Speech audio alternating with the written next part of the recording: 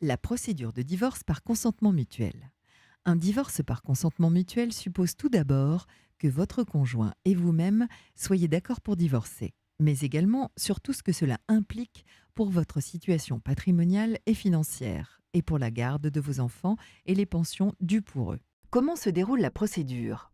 Il faut d'abord parvenir à la recherche d'un accord global. Cet accord va être retranscrit dans un document appelé Convention de divorce, rédigé par les avocats. Ensuite, la convention finalisée va vous être envoyée par lettre recommandée par votre avocat.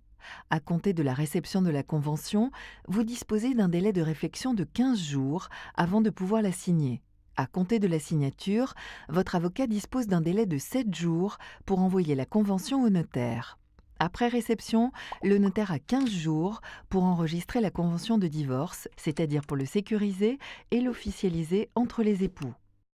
Le divorce sera valable vis-à-vis des autres personnes une fois qu'il aura été inscrit sur l'acte de mariage et l'acte de naissance de chacun. C'est votre avocat qui se chargera de cette formalité pour laquelle il faut compter environ un mois. Peut-on ensuite faire modifier ce qui a été prévu dans la convention?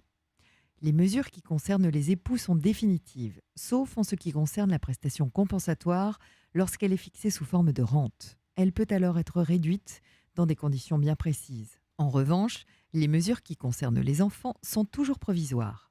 Quant à la pension alimentaire, sachez qu'elle peut être revue à la hausse ou à la baisse en cas de changement dans les revenus de celui qui la perçoit ou de celui qui la verse, ou encore en cas d'évolution des besoins de l'enfant. Avant de passer à la prochaine séquence, retenez bien, le divorce par consentement mutuel se fait en principe sans juge, sauf si votre enfant demande à être auditionné ou si un des époux est placé sous un régime de protection. Les mesures qui concernent les époux sont définitives et les mesures qui concernent les enfants sont provisoires.